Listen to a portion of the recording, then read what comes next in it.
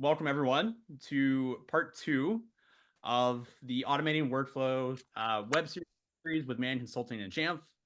My name is Patrick Watkins. I'm the channel manager for managed service providers here at Jamf. I'll be one of your hosts today, along with my good friend Isaac Rodonez, who is Director of Technology for Mann Consulting.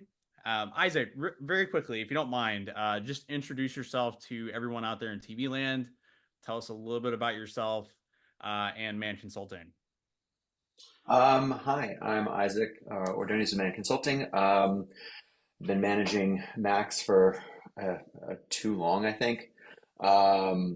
We are a Jamf MSP based out of the Bay Area.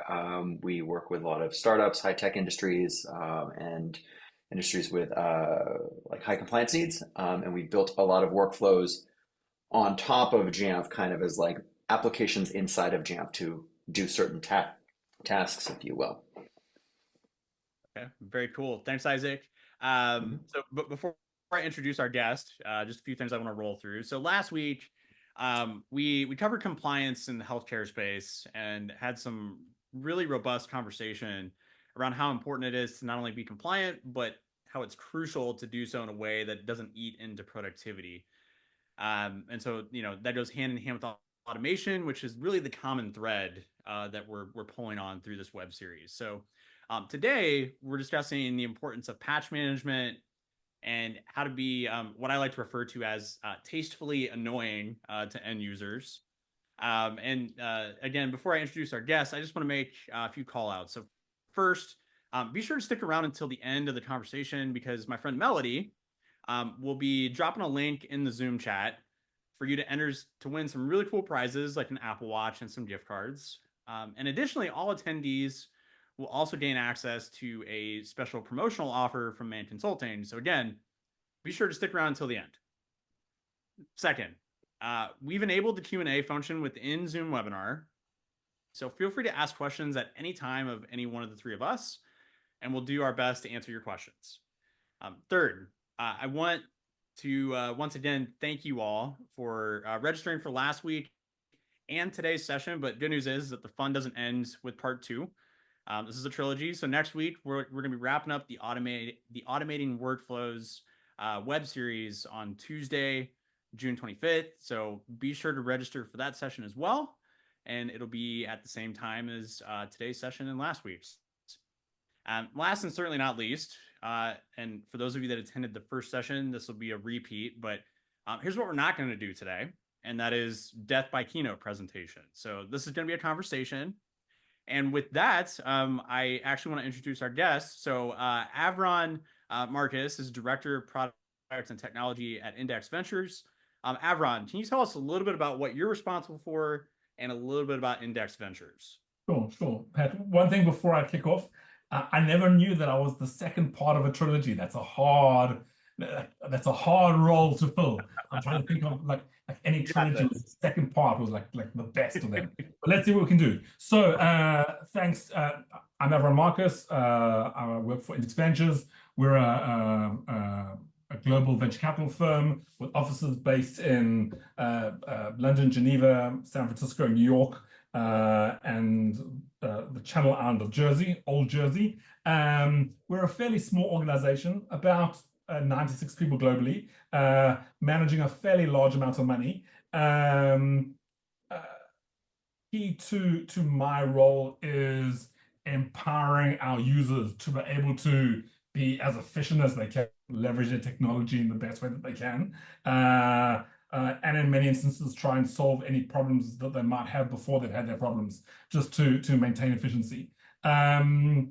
Yeah, we're fortunate enough to be a Mac shop. I think I have one user on Google Chrome, on Chrome OS.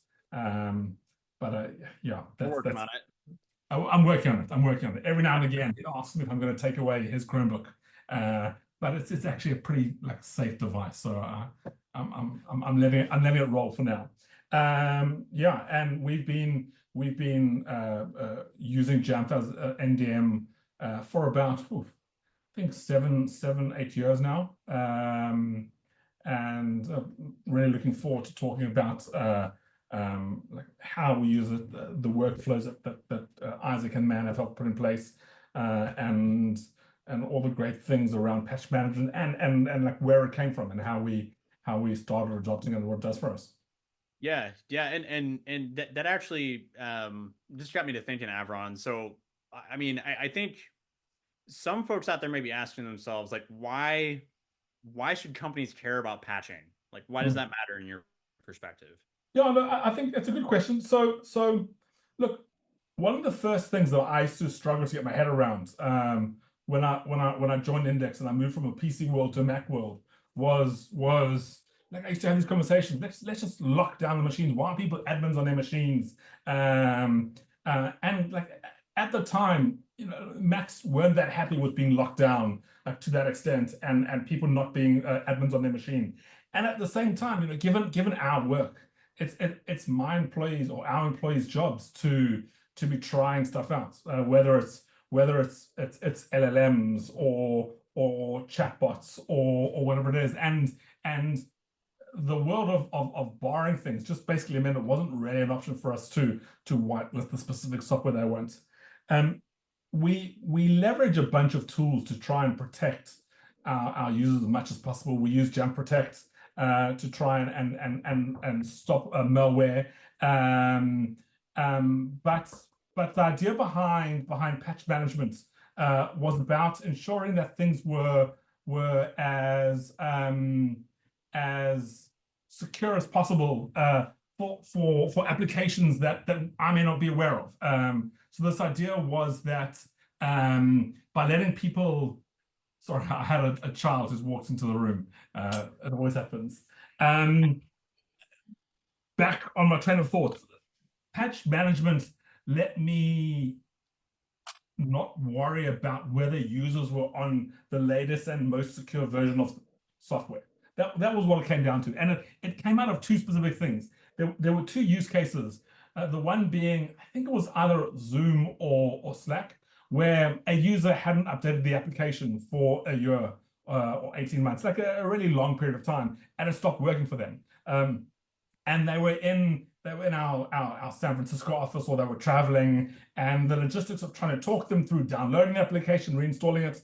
And the question there was like, why does it have to be that way? Why do we have to wait for things to stop working before why can't we prevent that happening? And the next thing was another perspective, Zoom. There were some years ago, Zoom disclosed that they had been installing a web server on people's devices as part of their update process. And everyone was up in arms, this idea that it was effectively exposing your machine to the outside world. And they quickly released a new version without it. But the logistics for us of getting it out there were quite difficult. We could try and push it with Jamf, but there were implications of when it would run and what would happen. So the patch management workflows that we're using were kind of an answer to both of those problems that we faced. Okay. I think also touching on that a little bit, I think we had talked previously about like what to patch. There was kind of a discussion around, do we patch only the things that are important or like only things that are corporate owned? And then recently there was a vulnerability in GarageBand, which is installed by Apple on the computers, that would allow someone to send somebody a maliciously crafted file and then execute code as that user. So we kind of came into this part of like, well, maybe we need to actually care about things that aren't just corporate owned, right? Like not just Zoom, but like GarageBand now matters. We need to get that updated. Yeah. So we kind of definitely moved into like a patch everything kind of mode, and also report on what we have, so we can take a look at, like for example, in this slide, like what is installed and how patched is it, and are we keeping up to date with that, right? And I think on that as well, like in like a BYOD like environment, or an environment where a user has like one laptop which they're not using for work or for personal things, there may be something on there. They may be running the WhatsApp client. The WhatsApp client isn't an officially approved communication channel in the organization, but they're using it, and it's there. And I can't count on them keeping that software up to date. But using patch management, this idea of patching everything, we can cover that, and we can say if the machines, if we find a piece of software there, like we can get a workflow built to patch that piece of software. What do both of you think the logic is behind, like, let's say GarageBand, for example, and let's say I'm an admin. Why is it you think that we're just not thinking about stuff like GarageBand? I think from my perspective, I think there's a lot more. We use such a small slice of what our machines are capable of doing, and we've taken it for granted over the last 20 years, like the bloatware that gets pushed to machines. And it's almost the status quo of the it's so rare to have a machine that's stripped down with only the essential files. And if we can't be in that world, we need to accept that the stuff is there, and what are we going to do about it so that if someone makes a mistake and there's something bad out there, how do we ensure that mistake doesn't become our problem? Makes sense. So I mean, obviously, patching everything is good. And getting as close to that as possible is also a good thing. I guess the next thing that occurred to me is, okay, we've agreed upon the fact that it's necessary to patch everything, but it now becomes when. Like, when do I patch? And so I'm just curious to hear what both of you think about when it makes sense to patch, or like, do I patch immediately? Yeah, so look, I think there's two sides to that, and I think that's a lot of the beauty of the workflow that we've got in place now. When I first started having the conversation with Isaac and Mann about patching, like it was a case of yes, we can use Jamf to patch things,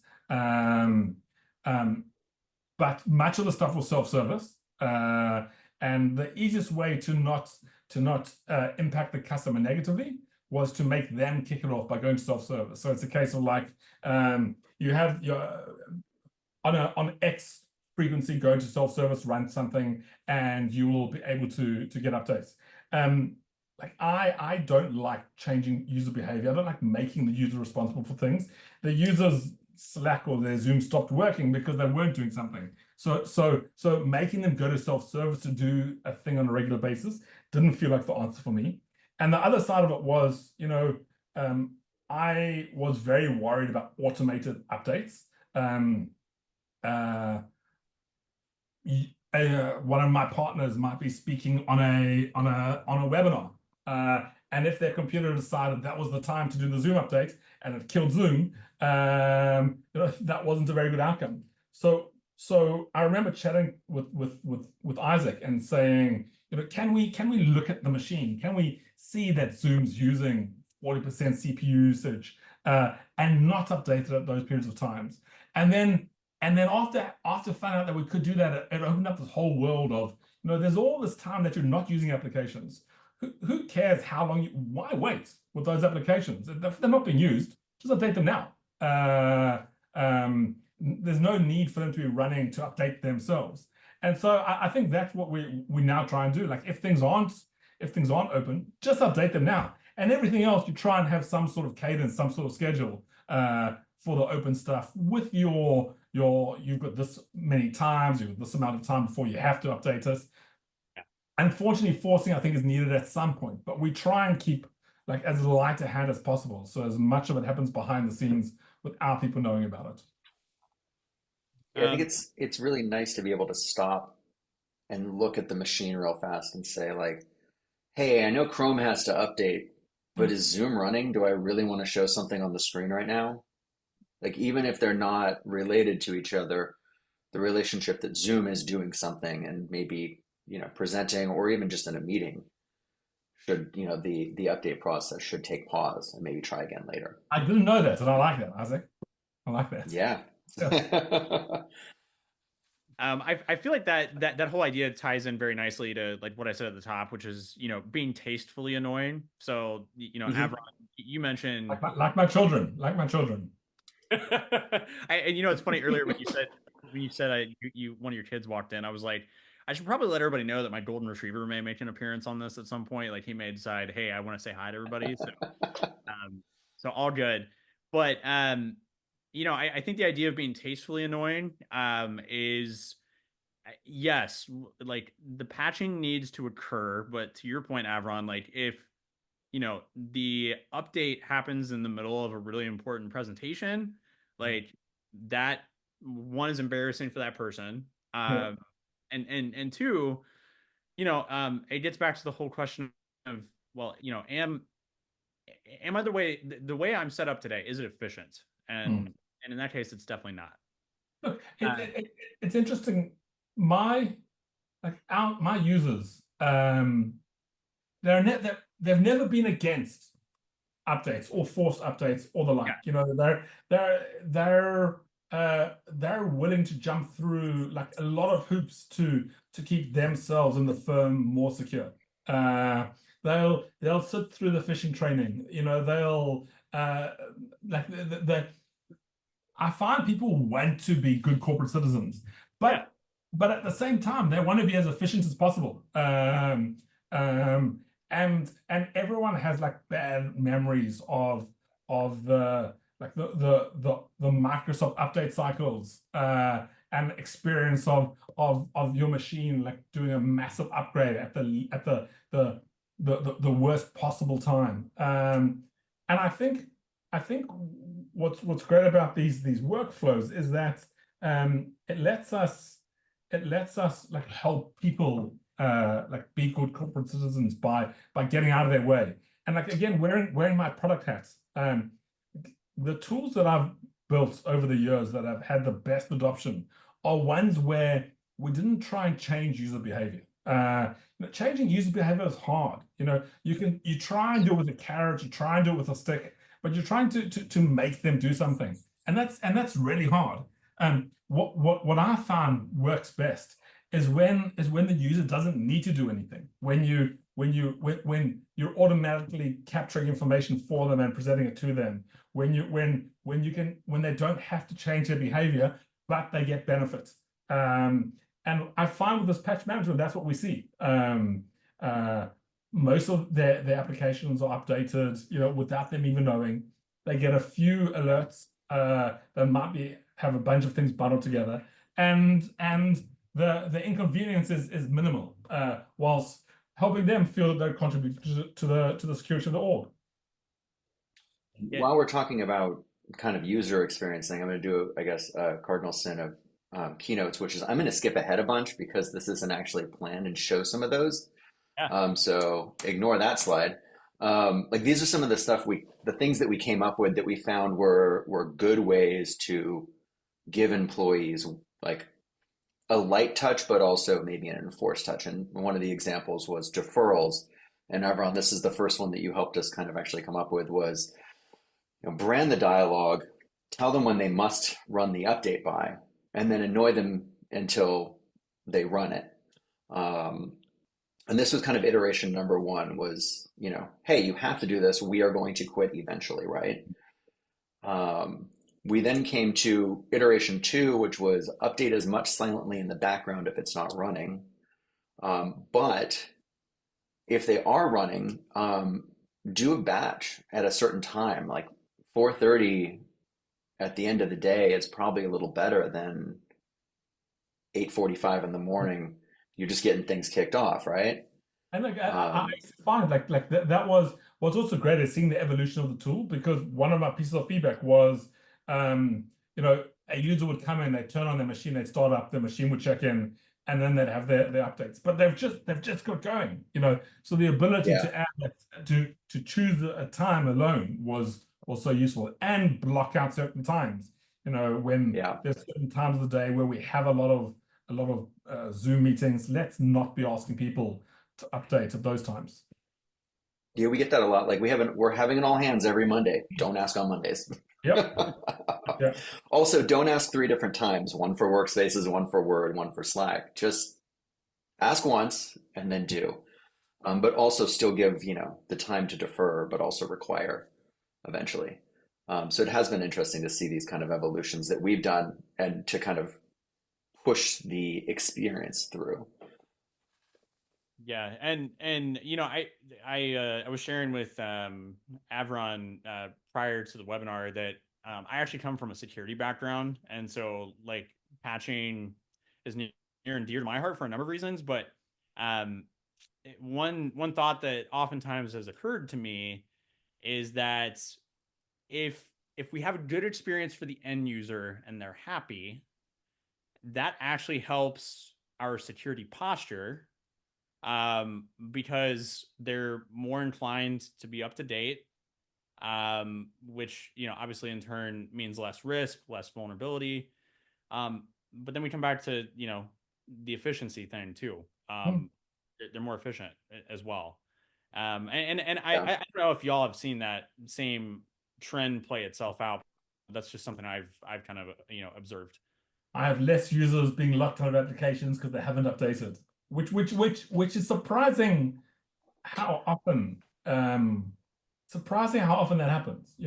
A large enough fleet, it just takes, yeah, it's I love that I can ignore that message I get from Zoom or from Slack saying this is the version that's going to be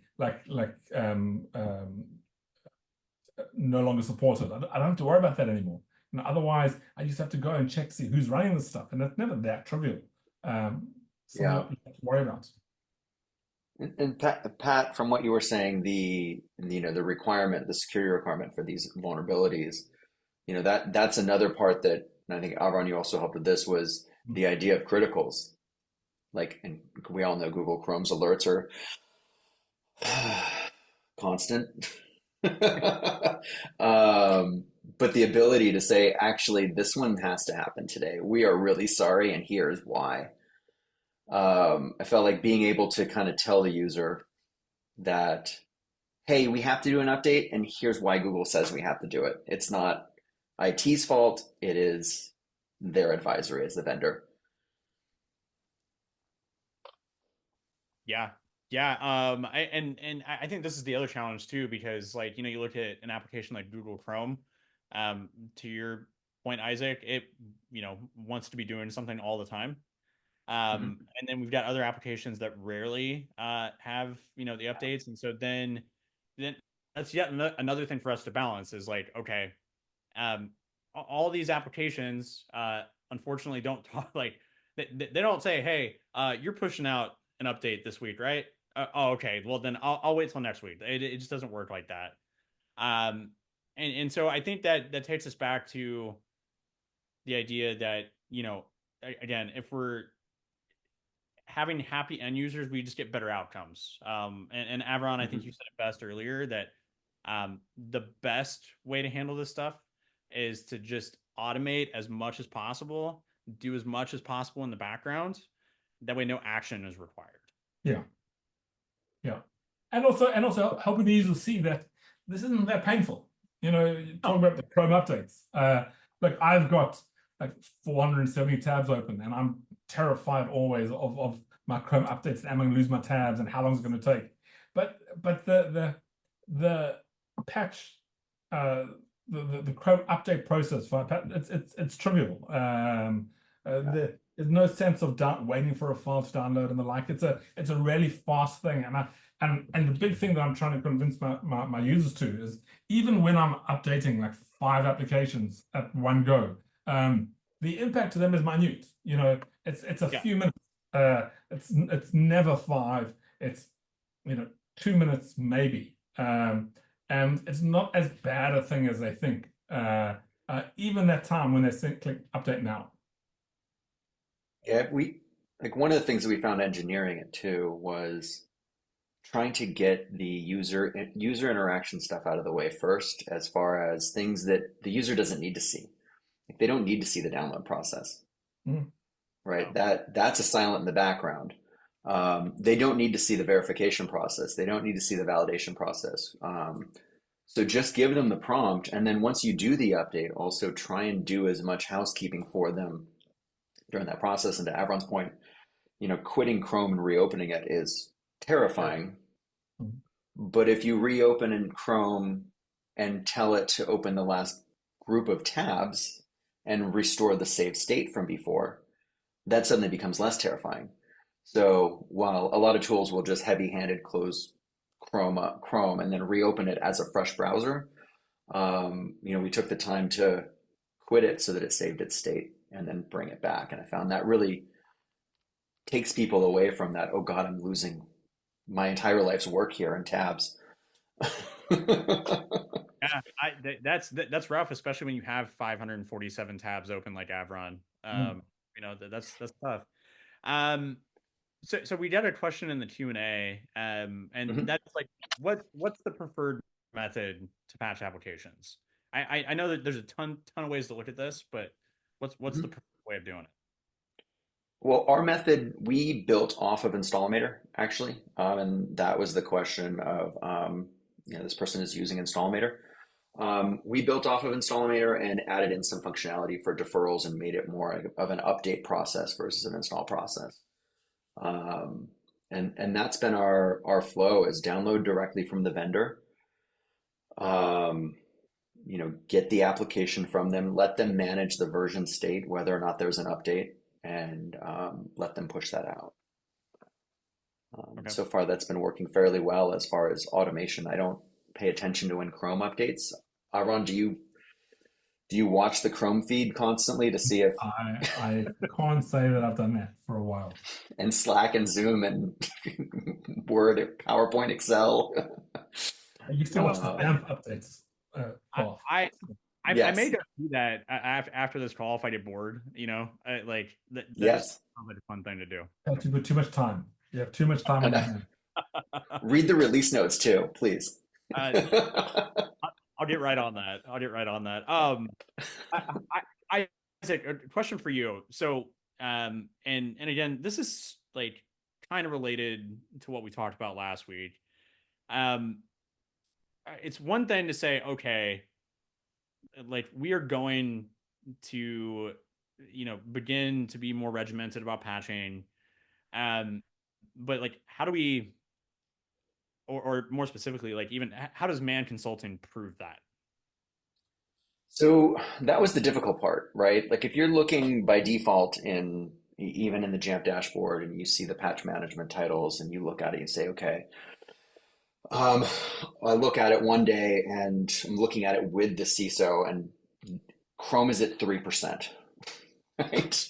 Or I'm looking at it and Chrome is at 82%, but then I have to filter through all of this noise of data that kind of correlates with it. And we found things like Chrome is at 3%, but it was updated yesterday.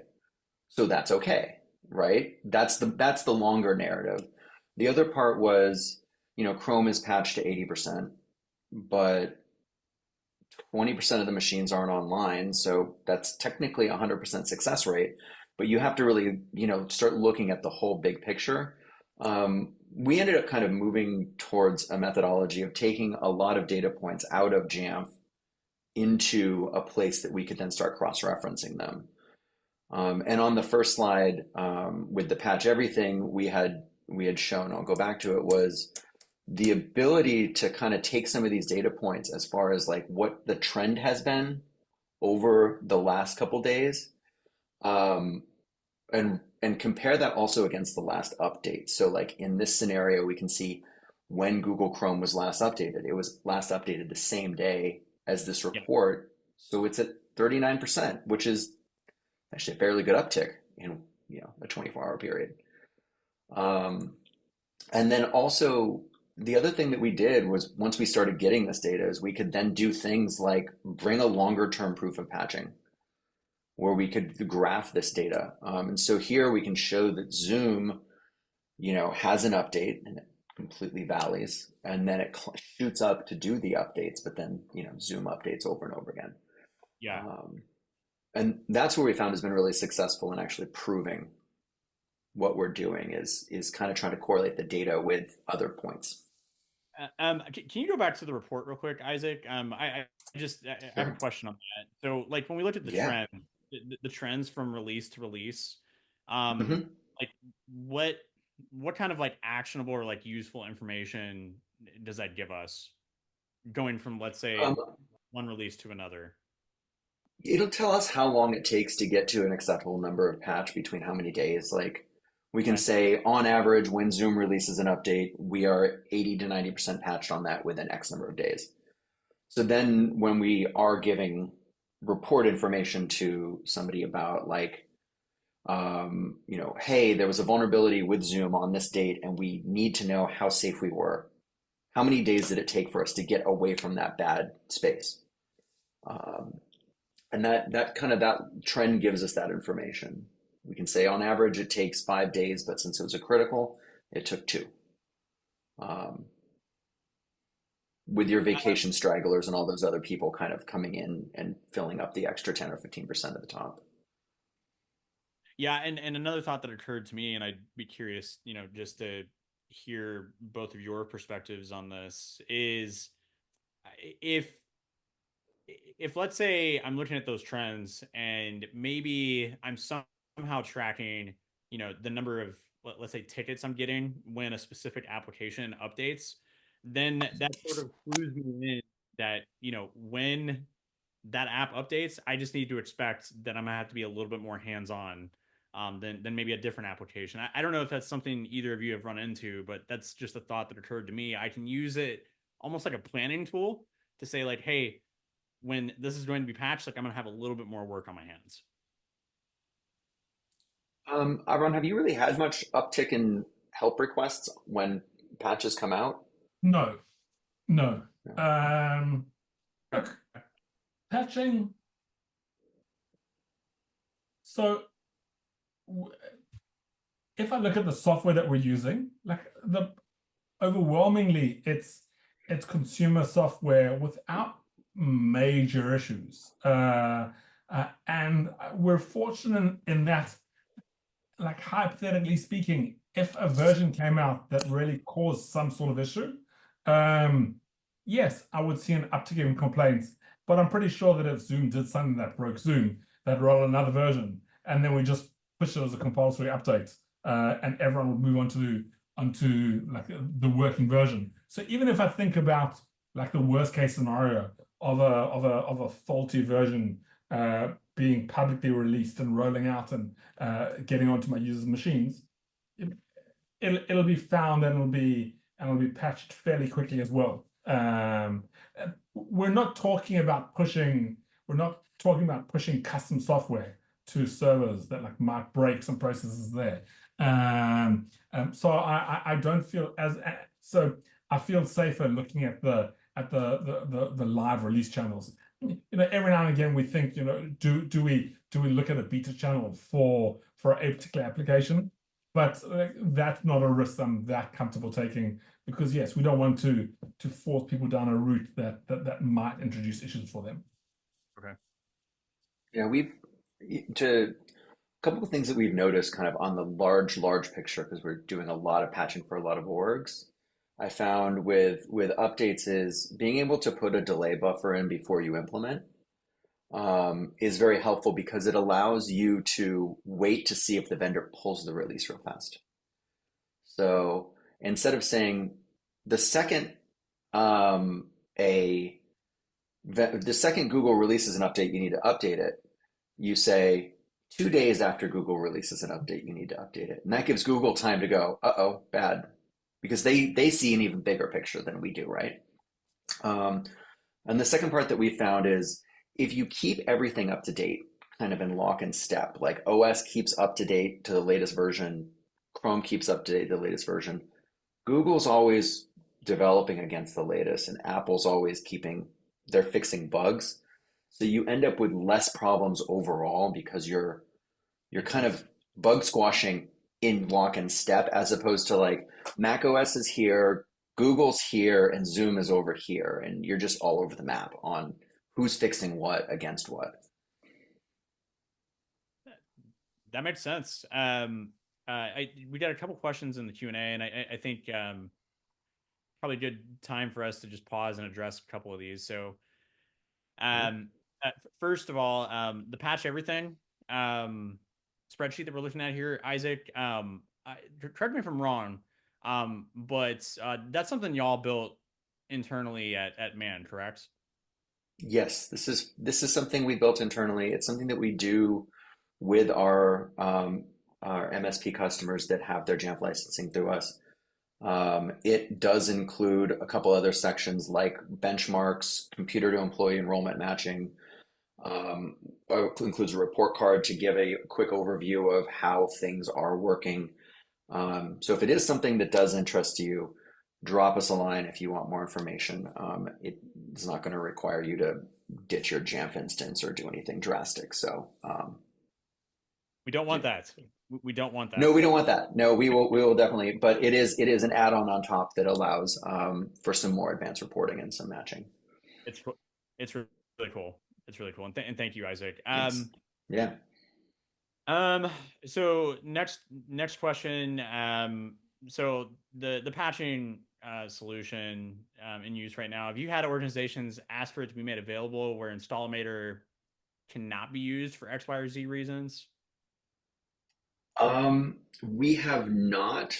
I still have yet to come across a customer that couldn't download directly from the internet. Um, and this has spanned across multiple government and healthcare and other trusted industries. I'm sure somebody has a CISO that maybe is stopping them from doing this. Um, that's going to be an unfortunate discussion they're going to have against, do we want to automatically always stay up to date, or do we want to restrict certain things? And that's kind of a decision that they can make on their organization, I think. Okay. Okay. All right. Well, that's all the questions we got submitted in the Q&A. I will say, if somebody feels so inclined or brave enough wants to come off mute, we can certainly accommodate and give you the ability to come off mute. But I guess Isaac, while we're waiting on questions to come in or somebody to be brave, if folks are curious about what this offering might look like, can you tease them? Sure. Sure. We do have a promotion for attendees. You can come talk to us. You can get some free workflows for 2 months of free workflows. The onboarding is pretty painless. We try and keep your Jamf instance, and try to value add on top of that as an MSP. Avron, you log into your Jamf instance all the time, yes? Yep. Yeah. Yep. So Trying to break our goal anything. is our goal is to try and empower you to do more and automate more, as opposed to like, why does everybody need to create a workflow to install Chrome? These are things that are like top line items, call it a day. So that'll let you focus on these things. So go to our website, reach out to us. We can start the discussion, and we're offering 2 months of free workflows. Sweet. Yeah. And then I know Melody is going to be dropping the contest link in the chat here shortly. Again, this is just an opportunity for me to remind everybody that we have the final part of the web series coming next week on Tuesday. So again, be sure to register and tune in for that. It'll be on day-to-day IT management. Really excited about that conversation as well. Avron, just so you know, like, excellent follow-up. Like, I feel like as far as trilogies go, like class A for part 2. Nicely done. Fantastic. They're going to remember this one as the tentpole trilogy. Where the second was the strongest in the series. Love it. I pity those people who have to follow this. I love it. All right. I don't see anything else in the Q&A. We'll give it a couple more minutes. I do just want to take a peek at some of the polls that we launched. So it seems like vast majority of folks, or actually, I take it back. It's pretty evenly split on when folks are patching. So it doesn't seem like there's maybe a consensus on that. I find that interesting because I think a lot of it comes down to philosophy. I do love the organizations that say no, we need to test everything, and then Chrome releases 16 updates in 3 weeks, and they never test it, so they never securely patch it because they need to test everything, and it becomes a detriment to the security posture. Okay, and the other consideration for me on a lot of this patching, I mean, I get the need of testing the software before patching, but in many instances we're talking about like consumer products. Are you closing down the ability of the user to patch it themselves? You know, if I go to like about Chrome, will my Chrome update? If you turn that on, you know, I think you're implementing an even bigger problem. So it's not it's not binary. It's not a case of we need to check all the patches or else the users can't patch. They're going to patch themselves in any case. So like it's just systematizing and doing it at a scale so that we can actually roll back or push out a new thing at the same time if we need to, which might happen in any case and be harder to fix. Yeah. One last question for the two of you, and throwing you a bit of a curveball. You ready? Okay. For the folks that were in attendance today, if you had to give one thing to focus on when it comes to patch management, what is that one thing that they should focus on? Avron, you first. So the one thing for me, like, it's not so much the thing to focus on. The thing I value most is this ability to let the user's machines update without the user even knowing about it. There's always going to be an application where you need to interact with the user, but when you can update 70% of their applications constantly without them knowing about it, that's incredible. You know, so no prompts to do anything; it just happens silently down in the background, and that's the majority of stuff. Look, you know, your Chrome's open all the time. You have to do something there. You know, Zoom's always going to be open on your machine. You may not be on a call. Those ones are trickier, but for me, like the biggest piece of magic is that percentage of stuff that just happens silently without anyone knowing about it. Light touch. I like it. Isaac, what about you? Totally opposite side. The prove that it's working part is what I always find to be the most important, is being able to quickly show, yes, this is actually what's happening, and this is how fast it's happening, and here's how short our vulnerability windows are. On that, one thing I do like, sorry, I know we're wrapping up. Every now and again, I go to the dashboard, the spreadsheets, and I come across an app, and it's red because we haven't got a patch workflow in place for it, and I can raise it with Isaac and say, you know, can we patch this?